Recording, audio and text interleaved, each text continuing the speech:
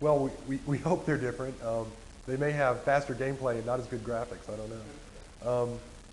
No, we've worked really hard to look at what a CD-ROM drive does, what a hard disk does, what the computer does, and to backwards engineer the technology and the titles off of that.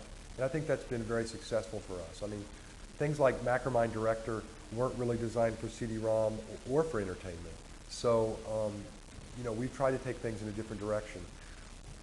The quad speed drives are on the way, and that's going to increase the throughput, but still the basic limitation of CD-ROM is, and will probably always be, the seek time, being about a quarter second, about 10 times slower than a good hard disk.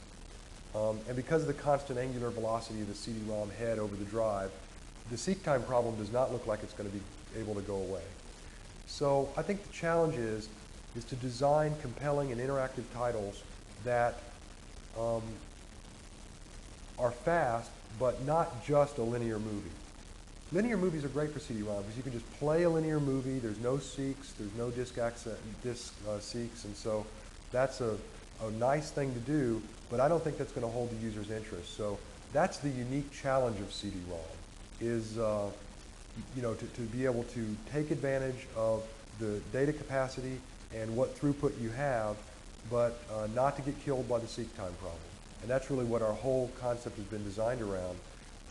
It's interesting that people here and there will complain about CD-ROM, but I haven't heard anybody come up with another viable alternative to it. So we're thinking CD-ROM is going to be around for quite some time. Well, we've still got 5 1/4 inch floppies, so I don't think there's any reason to think that they'll be extinct.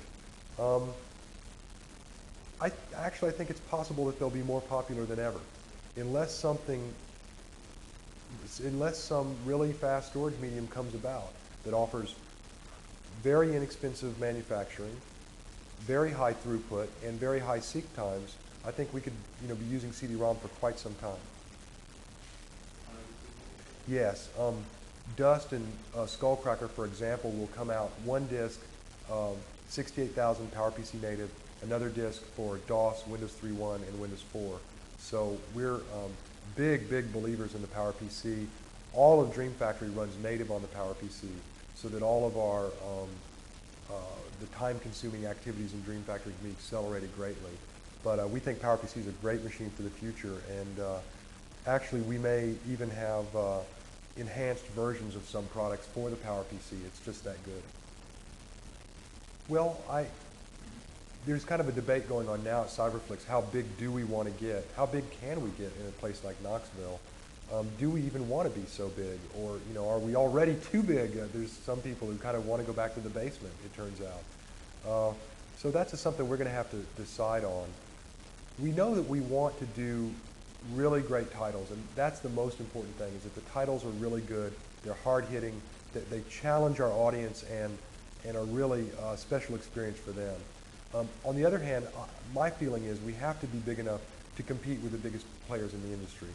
So we're not quite sure how that's going to take off, or how big we're going to get. But I could see the company getting quite a bit larger and having more titles in production. We want to basically, within 6 months, we want to have 4 titles in production, if that's possible. So, but I think the most important thing is that the work is good, and that we're having fun, and that our audience loves the products. And as long as we can still manage to keep those things in place, then I think we could get considerably larger.